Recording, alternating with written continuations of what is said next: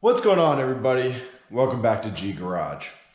Last episode, we worked on getting the drive shaft in, started putting in that drive shaft loop 6 inches after the front U-joint, or within 6 inches of the front U-joint. I think we're at about 4, so that's perfect.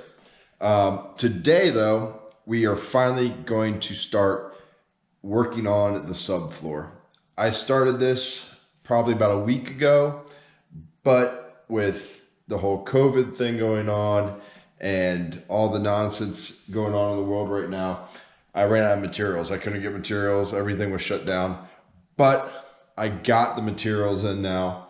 So we're going to start working on that floor, and hopefully we can start figuring out where our sheet metal will be. All right, let's get to it. Okay, so like last time, there's our drive shaft loop right around our brand new custom drive shaft, courtesy of Fast Shafts and Speedway. Okay, so along with that, I got into it and I went and I put in these crossbars to tie everything in to the full cross member. So, I mean, this thing is sturdy. It's not going nowhere. But with that being said, there is one more thing I'd like to do. I'd like to pull off the back here and tie it back in to probably like right around here. Just so, you know, there's more spots for the load to transfer into the frame. And we just get a stronger crossmember at this point. I mean, this is fine. It's a jungle gym. There's nothing going to happen. But for safety's sake, we should just continue to build it out. All right, though. So a couple weeks ago, I started a video and I was showing how I make my custom cab mounts. Now these are out a little bit because we don't have anything to support it, and I wanted the cab sitting at the right height. But I can give you a quick run over. Actually, I can probably just add that previous video in, and it'll just be a quick how I make these cab mounts for a heck of a lot cheaper than what you can buy them for. So what we need to do is we got our basic frame and everything in, but we need to start building out the inside. So I have some 2x1 material, or 1x2 material, and some more 1x1 or 1 1/4 square tube. So we're probably gonna come through with the 1x2, bring it out. I think I measured out earlier about 18 inches, and then bring that back over here, tie it in here, and then we'll go across, and the same thing, we'll build it out on the other side as well. Now, with the shifter and stuff, I'll have to go grab that, put it in just so we know we have our clearance. But, I mean, we have plenty of room for our workarounds. All right, let's get to it. I'm going to start by measuring this off and then finding our angle so we can keep everything nice and square. Because, I mean, if we just come here and we go this way, it's going to bring it backwards. So we're going to be fighting angles all night. If we do one angle, cut here, bring it right across, then we can build pretty much everything out to square, minus like things that we tie in here, the 1x that we tie in here. So let's get to that. Okay, so from here, we're just going to measure out to where we have nice room to work with around the transmission, everything. Nothing. We don't need anything super tight clearance wise or anything like that. And then we should be able to take that and tie it into the back half over here. And we should be pretty good to do that. So let's get measuring. All right. So we are right there on it. And if we come out, we have 19 right there. If we come out to 19, I think that would be plenty of enough room to not really worry about any kind of issues hitting the trans or anything like that. We still have access and room to do everything else. Now I do have a nice trans tunnel that we'll put in. So, I mean, if we have to make it smaller, I mean, we make it smaller, we'll figure it out. So yeah, let's start. We'll cut 19 inches and we'll lay that down. We'll figure out our angle and we'll go from there. Cool. Okay, so here's our 19-inch piece. Make sure you guys can see everything. So, like I was saying before, if we just come in and straight cut it, now this is actually pointing backwards. So, using our speed square, we found the angle of this corner here, and we're able to recreate that angle on top of this pipe. So now with the angle on there, we end up going straight across, just like so. So now we're just gonna go, we're gonna cut this angle out off of here, and we will tack it in, double check everything on fitment. But yeah, that should be what we need.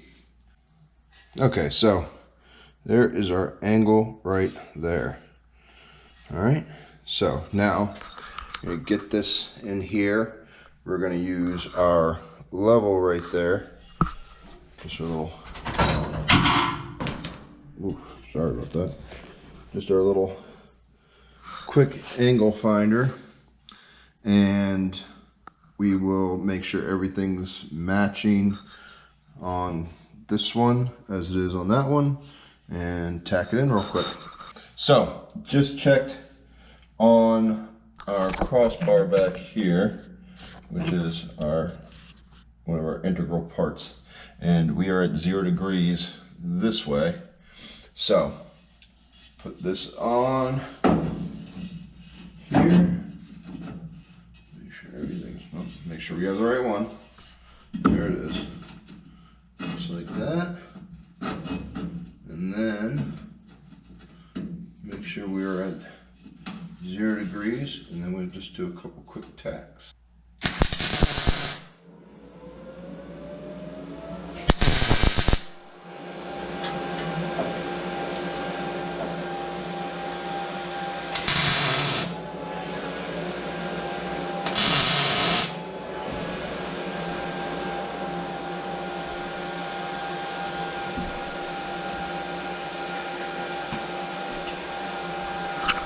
Okay, there we go. Says 0. Just a couple of quick tack welds. We came out. And now for these ends over here, I'll end up cutting a little bit of plate out and just doing a quick little plate weld on there just to make sure nothing gets in there and rots the floor out. I mean, likelihood of this floor rotting out before the truck really, you know, rots out or runs its life, you know, is probably slim to none. But just to be safe, we are, you know, in Virginia and they do use salt. So we'll cap that and go about our business. All right, so now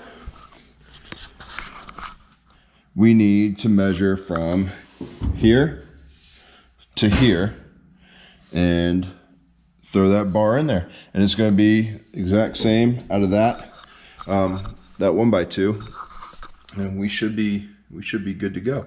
So let's take that measurement real quick, cut it out, and we'll see you back here in a second.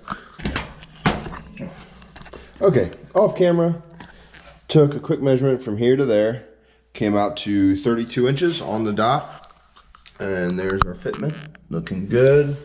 And just wanted to make sure everything was staying square, which it is, which is phenomenal.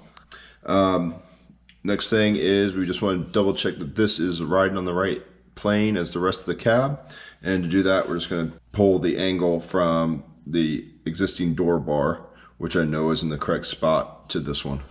So right here, just want to go ahead about, let's see, 1 degree, like -1 degree. Let's see what we end up here. Oh yeah, look at that. -1 degree. This is perfect. All right, so we'll tack this in real quick and move on to the other side.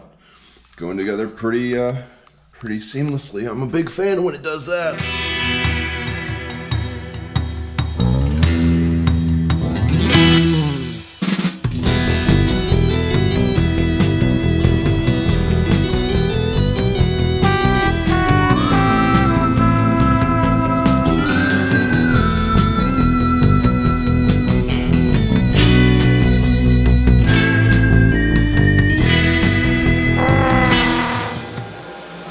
Okay, there we go. Already nice and sturdy.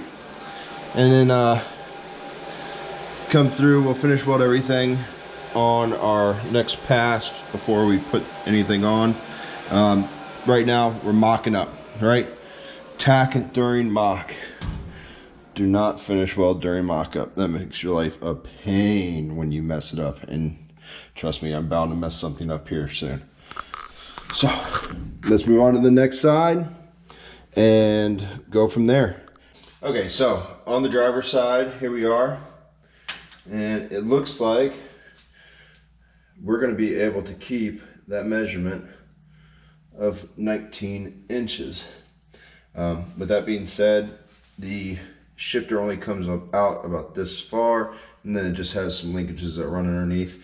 I don't think that we should have any issue actually with, you know, the mechanism working and whatnot. So we're gonna try that out. We're gonna go 19, probably another 32 off of the 19, and see where that lands us. Hopefully in a nice spot. Okay, I'm gonna cut this, be back with you in a sec. Okay, so now we have our driver's side. Literally everything was the exact same, minus this was a 1/16 shorter for, well, whatever reasons. Okay, and who cares about a 1/16? Okay, so now I think a good plan here would be to run a couple from here to there. So maybe 1, 2, right? So we have that whole center supported, and then maybe one piece of the 1x2 from here to here on both sides. So we'll come off, we'll find center, and then on this end on here, and we'll make one that comes across. We'll do 2 here, 1 there, and then we'll start filling in with our 1x. And this way we know structurally that the floor isn't going to go anywhere, because I don't know about you, but I don't want to fall through going, you know, however fast we're going to go. So I'm going to lay out those crossbars real quick and bring you back in once I have them laid out, and I can explain them all to you, you know, with relative ease instead of trying to do it and then explain it while we're going through it. So see you in a second. Okay, here we are. Everything tacked in beautifully. All right, so let me explain what I did here, because I told you I would. So we know that these centers are, you know, 32 inches long, not, well, 31 and, you know, 15/16 on that. So came through, marked it at center, 16 inches on center, and both inside and out, inside and out.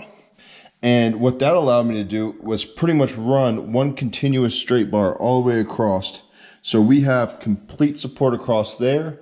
And then I came back here, added one at 8 inches on center, and then just put that in for extra support down the center as well. And there we go. Now I am going to go get my my 1¼ stock, and I'll start building out a little bit of structure through here. So maybe 1, 2, 3, 4 per side.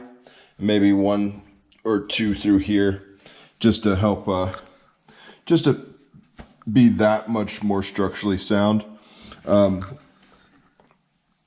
But right now, that's going to be another day. That's going to be a different video, or I'll just do that off camera and update you guys on when we get something cool going on. But right now, I have a floor plan that I want to see how well it fits, and just, you know, figure out how screwed we are on that. So let me get that real quick, and we will attempt to put a floor pan in, just a mock-up, just to see where it lays. Okay, look at that. Hot damn. That is going to be awesome once it's all said and done. And like I said, I have a transmission tunnel that goes along with this kit. Now this kit right here is actually from S&W Racecar. It's full for, you know, full tube chassis cars, but we're going to modify it to fit. I went this route because I wasn't sure how much room we were gonna need to build everything out. But I mean, man, I tell you what, it looks pretty darn good. I mean, it's sitting in there a little crooked, but all in all, I freaking love it. Tell me what you guys think in the comments, and we'll go from there. All right. Okay. Got a lot done tonight. Got probably 80% of the subfloor down, tacked in, and, you know, I'm happy with it. I think it looks good. I don't think that there will be any issues in the foreseeable future with anything like that. Now, I am going to go through, add our little braces throughout, but I mean, that should be more than enough. And now we are, it's going to be hard to see over there. We are now sitting on our hockey puck body mounts. And I have one over here that I can show you. And I mean, it's super simple to do. You know, they're not hard at all to do. So it's just that. You mark your center, drill through for whatever size bolt you need, and it's a done deal. And I mean, super cheap to do that. You know, for one body mount on this thing, you know, when you can find them, they went 15 bucks per corner. You can pick up a set of hockey pucks for 12 bucks off Amazon, and it's hard rubber. It's pretty much the same stuff. And I mean, if you don't like it that way, okay, don't do it. Order the ones, and you know, be happy. But with all that said, once again, thank each and every one of you who watch and comment and like and share and do everything, you know, to help support the channel and grow it. We're starting to gain a little bit of momentum here and there. Now, definitely check us out on Instagram. I'll put link in the description. Also Facebook, link in the description as well. And thank you so much. And as always, make it faster.